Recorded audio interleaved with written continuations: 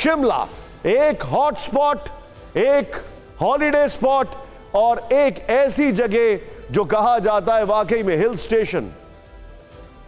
शिमला जिसे अंग्रेजों के जमाने का में छोटा विलायत या मिनी इंग्लैंड कहा जाता था, देश का सबसे खूबसूरत हिल स्टेशन था, जहां शायद आप भी कभी अपने परिवार के साथ घूमने गए होंगे या घूमने जाना चाहते होंगे। लेकिन आज इसी शिमला से लोगों को डर लगने लगा है। यहां हर तरफ तबाही का मंजर है, मौत है, मातम है, चीख पुकार है। इस हसीन वादी को किसकी नजर लगी?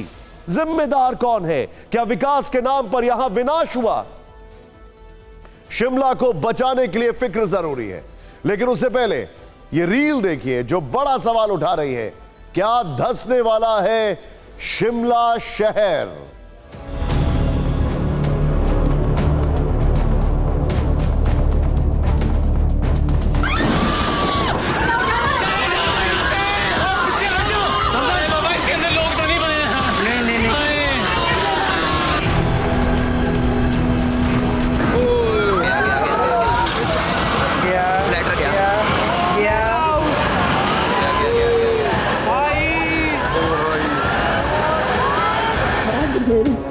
भाभी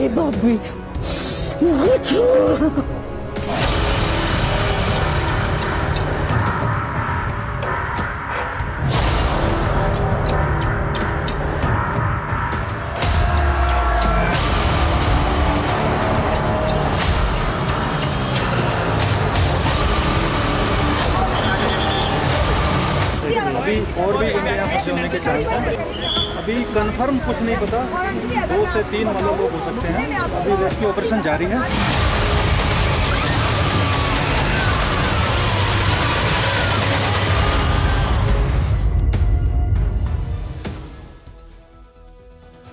इतना ज्यादा व्यवसाय होने लग गया कि अब जिसके नाम पर व्यवसाय हो रहा था वही खत्म होने लग गया। शिमला की तबाही को समझने की कोशिश करेंगे, उससे पहले यहां से आई एक ग्राउंड रिपोर्ट दिखाते हैं। उन लोगों की आवाजें सुनाते हैं जिन्होंने इस कहर में अपनों को खो दिया, उन लोगों का दर्द सुनाते हैं जिन्होंने जीवन भर की कमाई एक आशियाना बनाने में लगा दी और सपनों का वो घर ताश के पत्तों की तरह बह गया।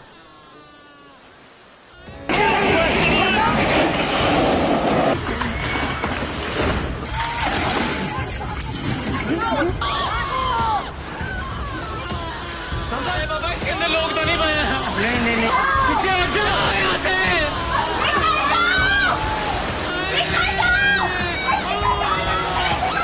इस घर के अलावा सोमवार की सुबह यहाँ के समर हिल में नगर निगम का इकलौता स्लॉटर हाउस भी जमींदोज हो गया। हर तरफ चीख पुकार मच गई। शिमला लैंडस्लाइड हादसे में कई परिवारों पर वज्रपात हुआ। एक ही परिवार के 7 लोगों की दर्दनाक मौत हो गई।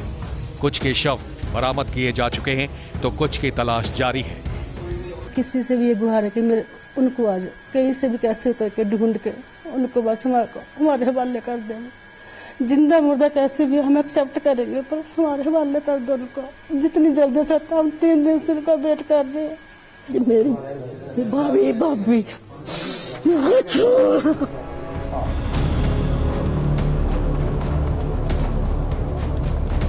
शिमला समर हिल हादसे के चश्मदीद की जुबानी भयावह मंजर की ये कहानी भी सुनिए। वो पैर टूटे, उसके ऊपर छत में पड़े, मैं दब गया हुआ। यहाँ का कई लोग थे जी, मैं चिल्लाया बचाओ बचाओ, फिर वो गए। बात सिर लकड़ के बीच दबा हुआ था जी, एक बार तो सिर निकाला। शिमला इस बार कैसे बर्बाद हुआ है उसकी एक तस्वीर ये भी है। 120 साल पुराना कालका शिमला रेलवे ट्रैक लैंडस्लाइड की वजह से पूरी तरह ध्वस्त हो गया। शिमला में कई मकान अब भी ऐसे हैं जिन पर जमींदोज होने का खतरा है। जानमाल का भारी नुकसान हो रहा है, तो सवाल फिर यही है कि क्या ये कुदरत का प्रकोप है या इस तबाही के लिए हम इंसान जिम्मेदार हैं? शिमला में आई तबाही के लिए कुदरत को कोसा जा रहा है, लेकिन सच क्या है? सच यह है कि यहां विकास के नाम पर विनाश लाया जा रहा है। इससे जुड़ा एक बड़ा तथ्य आपको बताते हैं। यहां मकानों के कंस्ट्रक्शन से जमीन पर भार बढ़ रहा है। अंग्रेजों ने शिमला को 25,000 की आबादी के हिसाब से बसाया था, लेकिन आज यहां 2,30,000 से अधिक मकान हैं। 90% से अधिक मकान 45 से 60 डिग्री की ढलान वाली पहाड़ियों पर बने हैं। कई इलाकों में मकान 70 से 75 डिग्री के ढलान पर बने हैं, जबकि एनजीटी की तरफ से 45 डिग्री से अधिक ढलान पर निर्माण कार्य की मनाही है। 70% से अधिक ढलान वाले इलाकों में भी मकान बनाने की इजाजत दे दी गई है। ये तब है जब शिमला को लेकर साल 2000 में सबसे पहले खतरा महसूस किया गया था। उस समय रिज इलाके के क्राइस्ट चर्च और स्टेट लाइब्रेरी में बड़ी दरारें देखी गई थी। इसके बाद साल 2017 में एनजीटी ने शिमला के अंदरूनी इलाकों में सभी तरह के निर्माण पर बैन लगा दिया था, लेकिन अक्टूबर 2022 में शिमला ड्राफ्ट प्लान 2041 में राज्य सरकार ने सभी चेतावनी को दरकिनार कर दिया। शिमला ड्राफ्ट प्लान नाम और अंदरूनी इलाकों में भी कंस्ट्रक्शन बैन को खत्म कर दिया। यहां तक कि धंसने वाले इलाके में भी निर्माण को मंजूरी दे दी गई थी। एनजीटी ने इस पर आपत्ति जताई थी। अभी यह मामला सुप्रीम कोर्ट में है और यह घोर लापरवाही तब है जब शिमला भूकंप के जोन में आता है, और वो भी जोन 4 में। दूसरी बड़ी बात यह है कि ड्रेनेज सिस्टम विकसित न होने के कारण यहां सतह के नीचे की मिट्टी कमजोर हो चुकी है।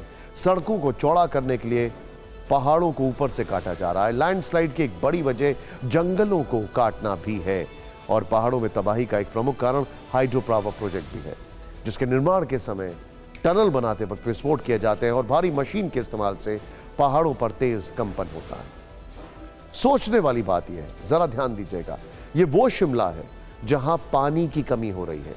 ये वो शिमला है जहां पर दिवाली में एयर क्वालिटी इंडेक्स बहुत खराब था, यानी कि दिल्ली के लेवल पर था। ये वो शिमला है जहां पर पेड़ काटे जा रहे हैं, टिम्बर की कमी हो रही है, डिफॉरेस्टेशन हो रहा है। हिमाचल में लैंडस्लाइड की घटनाएं ऐसे में तेजी से बढ़ रही हैं। 2020 में जहां ऐसी 16 घटनाएं दर्ज हुई थी, वहां 2022 में ये बढ़कर 117 हो गई हैं। और हिमाचल को सिर्फ लैंडस्लाइड से खतरा नहीं है, ग्लेशियर वाला खतरा भी यहां मंडरा रहा है। हिमाचल प्रदेश के लिए इसरो के एक सर्वे के बारे में आपको जानना चाहिए। इसरो ने यहां ग्लेशियर और झीलों का अध्ययन किया था, जिसके बाद 935 ग्लेशियर और झीलों के टूटने का खतरा बताया गया था। कहा था कि उत्तराखंड जैसी त्रासदी की आशंका है। इसीलिए सवाल बार बार उठता है कि क्या पहाड़ों पर तेजी से अब वैज्ञानिक तरीके से किया जा रहा कंस्ट्रक्शन ही उसके विनाश का जिम्मेदार है। 27 जुलाई को हिमाचल के सोलन में एक एफआईआर की गई। इसमें national highway authority of India NHAI और उसके सहयोगियों पर गंभीर आरोप लगाए गए। शिमला के पूर्व डिप्टी मेयर टिकेंद्र सिंह पवार ने आरोप लगाया कि पहाड़ों को गलत तरीके से काटा जा रहा है, निर्माण में वैज्ञानिक तरीकों का इस्तेमाल नहीं किया जा रहा है, इसमें जियोलॉजिकल विभाग से सलाह नहीं ली गई और इस वजह से जानमाल का नुकसान हो रहा है। पहाड़ को पूरा छलनी कर दिया, और जिस तरह से वो पहाड़ काट रहे हैं, दरअसल पहाड़ में जो पहाड़ी आदमी रहते हैं वो जानते हैं कि पहाड़ को कभी भी वर्टिकली नहीं काटा जाता है, उसको टेरेस में और स्लोप्स में काटा जाता है। और उसमें ना जो हमारे जियोलॉजिकल डिपार्टमेंट है जो ये तय करता है कहाँ पानी है कहाँ पत्थर है, उस हिसाब से पहाड़ में रोड बनाने की कला है। इन्होंने सिर्फ कंपनी को फायदा देने के लिए, जिसको 1 साल में टाइम लगना है काम को, उन्होंने 1 महीने में करने की कोशिश की है। देखिए सवाल क्या है, सवाल यह है कि नुकसान हो रहा है तो जिम्मेदार कौन है और उसको कैसे रोका जाएगा। जिम्मेदारी फिक्स करने के लिए अकाउंटेबिलिटी फिक्स करना जरूरी है, लेकिन जब बात प्रशासन की आती है तो अकाउंटेबिलिटी फिक्स नहीं होती है और गलतियां दोहराई जाती हैं। ध्यान रखना चाहिए कि हिमालय को पूरी दुनिया में सबसे नए पर्वतों में से एक माना जाता है। यहां के पत्थरों पर मिट्टी अभी ठीक से जम नहीं पाई है। ऐसे में यहां हो रहा ताबड़तोड़ विकास तबाही का सबब बन चुका है। मुख्यमंत्री योगी आदित्यनाथ की यह चेतावनी आप भी सुनिए, जो खुद पहाड़ी राज्य उत्तराखंड से हैं और प्रकृति को करीब से जानते समझते हैं। प्रकृति के साथ जब भी हम खिलवाड़ करेंगे उसके दुष्परिणामों से बच नहीं पाएंगे। कल हिमाचल प्रदेश में एक बार फिर प्रकृति का तांडव आपने देखा है, उत्तराखंड में भी देखा है। ये चीजें हम सबको बहुत कुछ कहने के लिए प्रेरित कर रही है। इस सब के बीच में बात सिर्फ शिमला की नहीं है, हिमाचल से में मंडी से लेकर कांगड़ा तक यही भयानक तस्वीर है। तो क्या इसके लिए ओवर टूरिज्म भी जिम्मेदार? इस पर भी बात करेंगे, लेकिन पहले हिमाचल के दूसरे हिस्सों से आई ग्राउंड रिपोर्ट देखिए। सोमवार को हिमाचल के मंडी कुल्लू नेशनल हाईवे पर भी तबाही ने दस्तक दी थी। लैंडस्लाइड की वजह से यहां भारी नुकसान हुआ था। ये बर्बाद होटल इसकी गवाही है। यहाँ पर एक भोजनालय होता था, लेकिन उसके शटर तक आप देखिए दलदल और मलबा भरा हुआ है। आप देखिए सिर्फ बोर्ड नीचे, अगर हम कैमरामैन को कहें थोड़ा नीचे करके आपको दिखाएं, देखिए पहला जो फ्लोर है वहाँ पर आप देखिए शर्मा न्यू वर्ल्ड भोजनालय लिखा हुआ आपको दिखाई देगा, ब्रेकफास्ट लंच डिनर, लेकिन ये सिर्फ बोर्ड दिखाई दे रहा है। शटर वगैरह सब कुछ मलबे में धंस चुका है। कब ये सब कुछ हुआ और कितना नुकसान आपका हुआ है इसमें? जिस दिन फ्लड आया उससे पहले मैंने परिवार के बंदे या होटल में जो काम करते पहले निकाल दिया था। आपको अंदाजा हो गया था? हाँ, कुछ आवाज़ हो गया था, भी कुछ होने जा रहा है, रात को हो सकता है कुछ भी होए, पहले ही चले गए थे यहाँ से। बाकी जब सुबह आए तो देखा तो पूरा, तो पहली मंजिल तक पूरा दलदल मलबा भरा हुआ है जी। और इसमें फर्नीचर, फ्रिज, गैस, जो भी राशन रूसन जो भी पड़ा हुआ है अंदर वो सारा खत्म हो गया। TV9 संवाददाता मोहित मल्होत्रा ने जानकारी दी कि इस हाईवे के 4 मील के आसपास कहर बरपा। ऊपर पहाड़ों से बड़े बड़े पत्थर गिरने के कारण ये राष्ट्रीय राजमार्ग बर्बाद हो गया। मंडी से आगे कुल्लू जाने का जो हाईवे है वो पूरी तरह से लैंडस्लाइड की वजह से ध्वस्त हो चुका है। मैं इस वक्त मंडी के 4 मील पर मौजूद हूं और यहाँ पर आप देखिए, मैं जहाँ इस वक्त नीचे बैठ गया हूँ, यहाँ पर हाईवे पे आप देखिए कितनी बड़ी बड़ी दरारें हैं और पूरा हाईवे का एक हिस्सा जो है वो बह चुका है। आप देखिए कितना खतरनाक है, यहाँ पर पैदल चलना भी काफ़ी रिस्की है। ऐसे में इस हाईवे को तैयार करने में, फिर से शुरू करने में काफ़ी लंबा वक्त लग सकता है। ऊपर से जो लैंडस्लाइड होकर पत्थर आए थे उन्होंने इस हाईवे को पूरी तरह से खत्म कर दिया है। हमने तो अपनी ज़िंदगी में पहली बार ऐसी तबाही देखी है, क्योंकि हम भी यहाँ KMC कंपनी के ठेकेदार हैं और ये जो स्लाइड है 11:30 बजे आया सुबह और ये पूरा बह गया नीचे। यहाँ हुए नुकसान की भरपाई कब होगी, कैसे होगी, कहना मुश्किल है, लेकिन दूर दराज के इलाकों में भी भयानक मंजर है। जो लोग फंसे हैं उन्हें वायुसेना के हेलीकॉप्टर से रेस्क्यू किया जा रहा है। हर एक जान बचाने की कोशिश हो रही है। मुख्यमंत्री सुखविंदर सिंह सुक्खू ने खुद हवाई सर्वेक्षण किया है। उन्होंने जानकारी दी है कि कांगड़ा में भी तबाही है। यहाँ करीब 100 लोग अब भी फंसे हुए हैं। ओवर टूरिज्म भी पहाड़ों में तबाही का एक बड़ा कारण है, जिसे नजरअंदाज नहीं किया जा सकता है। हम आपको हिमाचल प्रदेश और उत्तराखंड के बीते 3 साल के आंकड़े दिखाते हैं, जिससे यह बात काफी हद तक साफ हो जाएगी। साल 2020 में कोरोना का खतरा था तो हिमाचल प्रदेश में उस वर्ष करीब 22 लाख पर्यटक पहुंचे थे। यह असर 2021 में भी देखने को मिला था। तब 19 लाख से अधिक पर्यटक हिमाचल प्रदेश घूमने गए थे, लेकिन जब साल 2022 में कोरोना का असर काफी कम हुआ तो यह आंकड़ा बढ़कर 86 लाख पहुंच गया। यही हाल उत्तराखंड का भी है। साल 2020 में यहां 78 लाख पर्यटक पहुंचे थे। साल 2021 में 2,80 लाख टूरिस्ट पहुंचे और साल 2022 में यह आंकड़ा 2.5 गुना बढ़कर 5.5 करोड़ तक पहुंच गया। इस ओवर टूरिज्म का नुकसान सिर्फ भारत को ही नहीं हो रहा, बल्कि पूरा यूरोप इससे परेशान है। इटली में कई पर्यटन स्थल पर टूरिस्ट टैक्स लगाया गया है। वेनिस शहर में क्रूज शिप की एंट्री पर बैन है, जिससे अधिक संख्या में पर्यटक यहां ना पहुंचे। ग्रीस में कई टूरिस्ट प्लेस पर पर्यटकों के लिए समय की पाबंदी तय कर दी गई है। ग्रीस के एक्रोपोलिस शहर में 20,000 से अधिक पर्यटकों की एंट्री पर रोक है। एम्स्टर्डम और बार्सिलोना में नए होटलों के निर्माण पर रोक लगा दी गई है और स्पेन में अब टूरिस्ट टैक्स लगाने पर विचार किया जा रहा है। क्रोएशिया की अगर बात करें तो सैलानियों की भीड़ रोकने के लिए रिस्पेक्ट द सिटी अभियान चलाया जा रहा है। सोचिए जरा, मैं आपको कुछ फैक्ट्स बताता हूं, एक बार इसको रखे रहने दीजिएगा। यहां पर ओवर टूरिज्म एक आर्टिकल छपा, आपसे एक नहीं बल्कि कई छपे, एक रेफरेंस मैं आपको दे रहा हूं। Skip these over crowded tourist destinations for peaceful vacation, यानी इन टूरिस्ट डेस्टिनेशन पर जाना जरूरी नहीं है। जब पीक पर गर्मी चल रही थी जून में, तब एक आर्टिकल छपका और तब पहला नाम था कहां मत जाइए, शिमला, दूसरा मनाली, तीसरा धर्मशाला और चौथा नैनीताल। Over crowded tourism. जरूरी है कि छोटे छोटे इलाकों को और डेवलप किया जाए, जिससे यहां पर ओवर क्राउडेड टूरिज्म में कमी आए। बिहार के मुख्यमंत्री नीतीश कुमार की एक तस्वीर ने भी इंडिया अलायंस के रणनीतिकारों को सोच में डाल दिया है।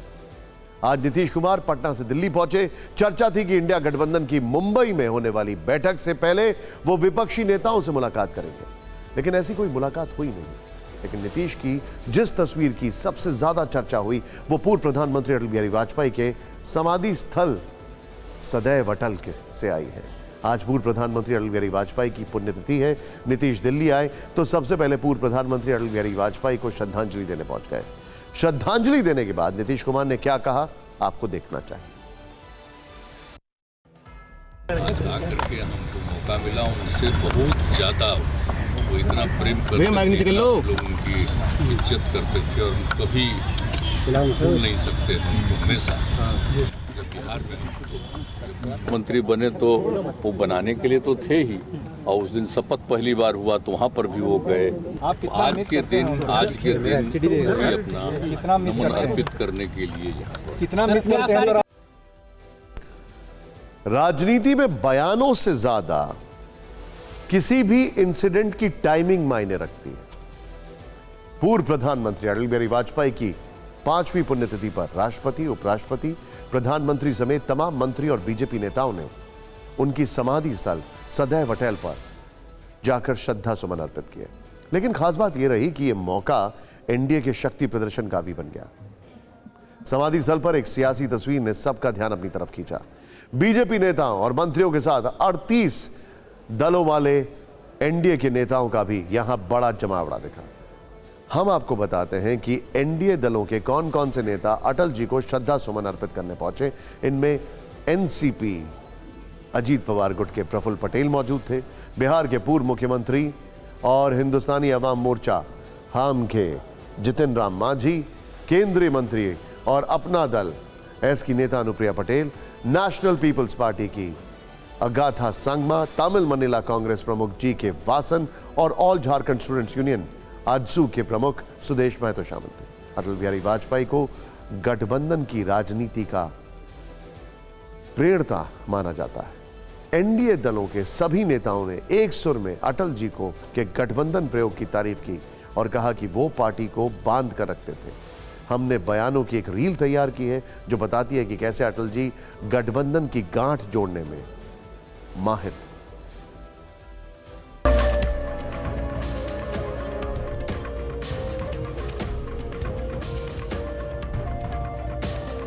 छोटे मन से कोई बड़ा नहीं होता, टूटे मन से कोई खड़ा नहीं होता। इसीलिए तो भगवान कृष्ण को शस्त्रों से सज्ज रथ पर चढ़े कुरुक्षेत्र के मैदान में खड़े अर्जुन को गीता सुनानी पड़ी थी। यही ना उनकी विशेषता थी, जबकि उनकी बहुमत थी, लेकिन सबको लेकर के चलने का उनको मादा था और यही चाहिए भी।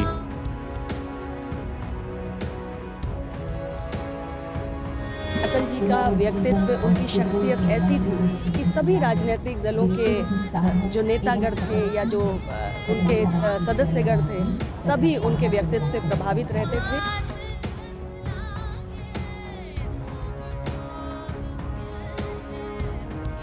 इसी तरह से नेतृत्व भारत के सभी स्वरों को, भारत के सारे नेतृत्व को एक साथ समेट कर चलने की जो इच्छा प्रकट की है आदरणीय मोदी साहब के साथ ये लगातार चलेगा और ये मजबूत होगा। Both are same. Vajpayee ji, Modi ji, both. They are respecting allied parties. They are given representation to all the parties. Even though Modi has majority, he has taken allied party in the cabinet. Atal ji की पुण्यतिथि पर NDA की power presentation क्यों देखी, ये बताने के लिए हमें गठबंधन की सफल राजनीति के इतिहास से जुड़े कुछ अध्याय पलटने होंगे। अटल बिहारी वाजपेयी की एक कविता की कुछ लाइनें हैं। छोटे मन से कोई बड़ा नहीं होता, टूटे मन से कोई खड़ा नहीं होता। इस कविता से ही जोड़ने का फॉर्मूला निकलता है। पहले भारत में गठबंधन सरकार को भानुमति का कुनबा कहकर संबोधित किया जाता था। वाजपेयी जी के नेतृत्व में देश में ऐसा पहली बार हुआ कि गठबंधन सरकार ने अपना कार्यकाल पूरा किया। साल 1996 में अटल बिहारी वाजपेयी की सरकार 13 दिन चल पाई, सिर्फ 13 दिन। इसके बाद 1998 में बीजेपी के नेतृत्व में एनडीए का गठन हुआ। हालांकि एक साल में ही गठबंधन टूट गया जब जयललिता ने समर्थन वापस ले लिया। इसके बाद साल 1999 में अटल बिहारी वाजपेयी ने कुछ नए दलों के साथ मिलकर फिर गठबंधन बनाया और प्रधानमंत्री बने। देश में पहली बार गठबंधन की सरकार ने कार्यकाल पूरा किया। अब चलते हैं मध्य प्रदेश, जहां विधानसभा चुनाव से पहले हिंदुत्व को लेकर बहस छिड़ गई है। फिक्र आपकी में हमने आपको बीते दिनों में कांग्रेस के कद्दावर नेता कमलनाथ का वो बयान दिखाया था जिसमें उन्होंने कहा था कि देश में 82% हिंदू हैं, तो ये हिंदू राष्ट्र है। आज कांग्रेस के दूसरे दिग्गज दिग्विजय सिंह ने बयान दिया कि हिंदू राष्ट्र की बात करने वालों को अपना पद छोड़ देना चाहिए। ये पूरा सियासी गेम क्या है, ये हम आपको आगे बताएंगे। पहले सूबे में कांग्रेस के इन दो सबसे बड़े चेहरों को सुनिए। ये तो है ही 82% अगर भारत में हिंदू हैं तो हम कहें कि ये हिंदू राष्ट्र है, ये कहने की क्या आवश्यकता? ये तो आंकड़े बताते हैं। जो लोग भारतीय संविधान की शपथ लेकर आज पद पर बैठे हैं, प्रधानमंत्री, मुख्यमंत्री, अगर वो हिंदू राष्ट्र की बात करते हैं तो पहले उनको इस्तीफा देना चाहिए अपने पद से। सुना आपने, इन दोनों नेताओं की पार्टी एक है, राज्य एक है, कद भी बहुत बड़ा है, उम्र भी दोनों की 76 साल है और दोनों पूर्व मुख्यमंत्री हैं, लेकिन सुर अलग अलग है। तो सवाल यह है कि क्या हिंदुत्व के मुद्दे पर कांग्रेस कंफ्यूज हो गई है? कमलनाथ और दिग्विजय सिंह की राय अलग अलग क्यों है? क्या हिंदुत्व पर कमलनाथ और दिग्विजय ने अलग अलग राह पकड़ ली है? बल्कि एक और सवाल है, क्या किसी एक ने हिंदुत्व को पकड़ा है और दूसरे ने किसी और को, जिससे कि बैलेंस बरकरार रहे? मध्य प्रदेश में कुछ महीने में ही विधानसभा चुनाव होने हैं। बीजेपी और कांग्रेस दोनों पूरे दमखम के साथ मैदान में हैं। 2020 में सिंधिया की बगावत के चलते राज्य की सत्ता गंवाने वाली कांग्रेस इस बार कमलनाथ और दिग्विजय के भरोसे वापसी की राह तलाश रही है। दोनों गांधी परिवार के करीबी भी हैं। ऐसे में दिग्गी राजा जब बोले तो नया सियासी तूफान खड़ा कर गए। बड़ी गर्व से कहता हूं मैं हिंदू हूं।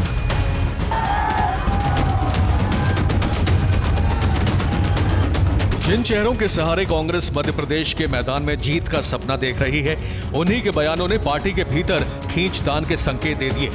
कमलनाथ न केवल हिंदू राष्ट्र का डंका खोलकर पीट रहे हैं, बल्कि छिंदवाड़ा में हिंदू राष्ट्र का नारा बुलंद करने वाले बाबा बागेश्वर का दरबार भी लगवा चुके हैं। और ये तो है ही 82% अगर भारत में हिंदू हैं तो हम कहें कि ये हिंदू राष्ट्र है, ये कहने की क्या आवश्यकता? ये तो आंकड़े बताते हैं। महाराज जी और मेरा संबंध हनुमान जी का संबंध है। मैं बड़े गर्व से कहता हूं मैं हिंदू हूं।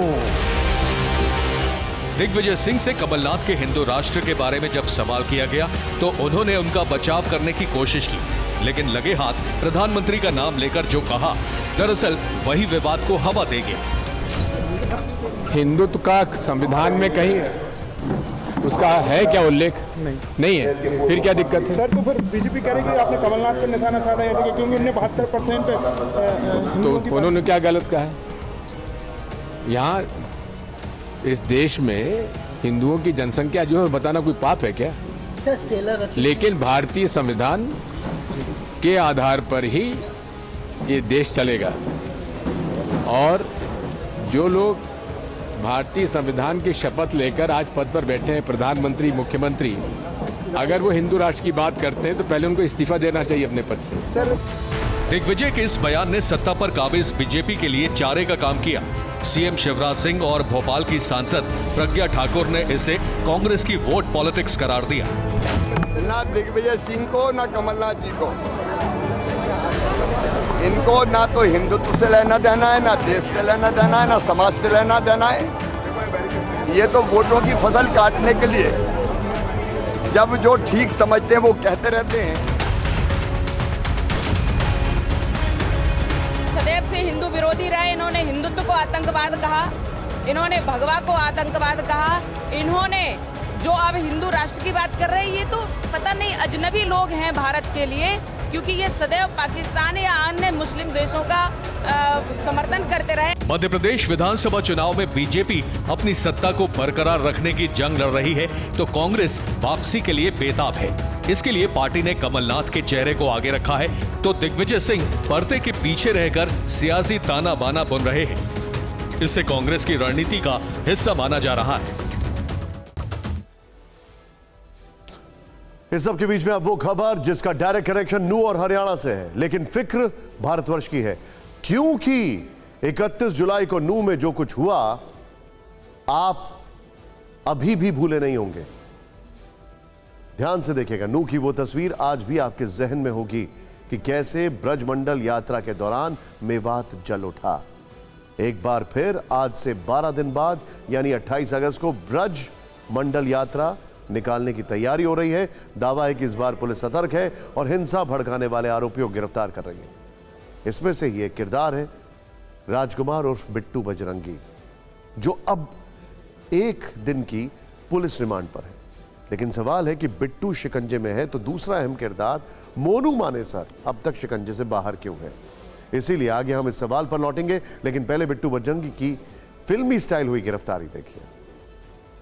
तस्वीरें सीसीटीवी की हैं। पुलिस ने उसे फरीदाबाद से गिरफ्तार किया, हालांकि गिरफ्तारी बिल्कुल भी सामान्य नहीं हुई। सीसीटीवी फुटेज में साफ दिख रहा है कि बिट्टू लुंगी में भाग रहा है। सादे कपड़ों में दर्जनों पुलिस वाले उसके पीछे भाग रहे हैं, फिर पुलिस उसकी गर्दन पकड़कर वापस लाती है। ये तस्वीरें सबूत हैं कि पुलिस ने बिट्टू बजरंगी को बिल्कुल बॉलीवुड स्टाइल में पकड़ा है।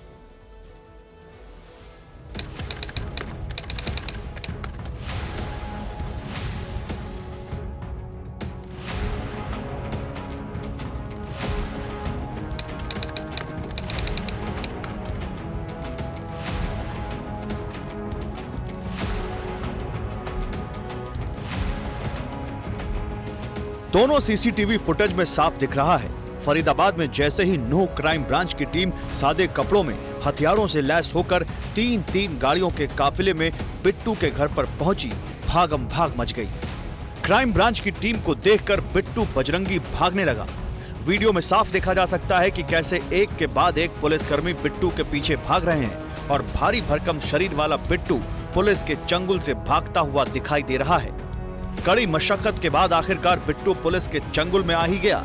सीसीटीवी में भी दिखाई दे रहा है कि बिट्टू को पुलिस ने पकड़ा हुआ है और साथ लेकर जा रही है। लेकिन जिस गली में ये पूरी भागदौड़ हुई, वहां पुलिस की रेड से अफरा तफरी मच गई। जब टीवी 9 की टीम वहां पहुंची तो लोगों ने गिरफ्तारी की पूरी कहानी बताई। बताया जा रहा है कि 15 से 20 लोग थे और 3 से 4 गाड़ियां में आए थे। वो अचानक ऐसे एकदम से धावा बोल दिया उन्होंने और उठा के वो जैसे एक मतलब बदमाश को उठाते हैं या बदमाश टाइप के लोग आते हैं, लाठी डंडे। आप देखो वीडियो है सीसीटीवी कैमरे में, सबके हाथ में लाठी डंडे। सीआईए की 3-4 गाड़ियां थी और उनमें से 15-20 सीआईए वाले थे जिन पे लाठी डंडे वगैरह थे और जो बिट्टू बजरंगी भाई को उठा के ले गए। यकीनन चश्मदीदों की गवाही की तरह ही बजरंगी की गिरफ्तारी भी हुई, बिल्कुल फिल्मी स्टाइल में, और सीसीटीवी में ये सब रिकॉर्ड हो गया है। सूत्रों के मुताबिक पुलिस का दावा है कि बिट्टू बजरंगी रिमांड के दौरान कई राज खोलेगा। उसके 15 से 20 साथी की पहचान होगी। वो हथियार भी बरामद होंगे जो बिट्टू और उसके साथी ले गए और जिसका जिक्र उस एफआईआर में जो खुद एसीपी उषा कुंडू की शिकायत पर दर्ज की गई है। नू हिंसा के लिए बिट्टू पर आरोपों की लिस्ट इतनी बड़ी नहीं है, इतने भर नहीं है। बिट्टू बजरंगी पर भड़काऊ भाषण देने का आरोप है। उसने ब्रजमंडल यात्रा में शामिल होने के लिए पोस्टर बांटे थे। यात्रा से पहले भड़काऊ वीडियो सोशल मीडिया पर डाले। बिट्टू का एक वीडियो सोशल मीडिया पर वायरल हुआ जिसमें बिट्टू ने कहा, पूरी लोकेशन दे दो, मैं कहां कहां जा रहा हूं। बिट्टू ने कहा था कि हमारे लिए फूल माला तैयार रखना। बिट्टू बजरंगी पर दंगा भड़काने समेत कई मामलों में केस दर्ज हैं। अब तो विश्व हिंदू परिषद ने भी उससे किनारा कर लिया। दिल्ली में हुई बीजेपी केंद्रीय चुनाव समिति की बैठक, पीएम मोदी, अमित शाह सहित 15 बड़े नेता हुए शामिल। 5 राज्यों में विधानसभा चुनावों की तैयारियों पर बात। मोदी सरकार ने पीएम विश्वकर्मा योजना को मंजूरी दी। योजना के तहत स्किल्ड लोगों को आर्थिक मदद दी जाएगी। लोन के लिए कुछ भी गिरवी नहीं रखना होगा। 2024 की तैयारियों पर दिल्ली में कांग्रेस की हुई बड़ी बैठक। राहुल गांधी और खड़गे समेत 35 बड़े नेता थे मौजूद। मीटिंग में दिल्ली की सभी 7 लोकसभा सीटों पर तैयारी करने के निर्देश भी दिए गए। दिल्ली के नेहरू मेमोरियल का नाम बदला, अब पीएम म्यूजियम और लाइब्रेरी के नाम से जाना जाएगा। कांग्रेस ने नाम बदलने जाने पर सवाल उठाए। सुप्रीम कोर्ट की बड़ी पहल, अदालतों में महिलाओं के लिए आपत्तिजनक शब्दों पर रोक। महिलाओं के लिए नई शब्दावली भी जारी। इसे 3 महिला जजों ने बनाया। पढ़ने वाली है भारतीय सेना की ताकत। अमेरिकी कंपनी बोइंग ने अपने अपाचे हेलीकॉप्टर का प्रोडक्शन शुरू किया। बोइंग कुल 6 अपाचे हेलीकॉप्टर सेना को देगी। गाजियाबाद पुलिस कमिश्नरेट में लड़के की पिटाई, एक सिपाही ने लड़के को पीटा। वीडियो वायरल होने पर सिपाही रिंकू राजौरा सस्पेंड। राष्ट्रपति भवन का अमृत उद्यान आम जनता के लिए फिर खुला। अगले 1 महीने तक खुला रहेगा ये उद्यान। राष्ट्रपति ने ट्विटर पर उद्यान को देखने के लिए लोगों को आमंत्रित किया। चंद्रयान 3 ने चौथी बार बदली ऑर्बिट। गोलाकार कक्षा में आया यान। कल लैंडर और प्रोपल्शन मॉड्यूल अलग होंगे।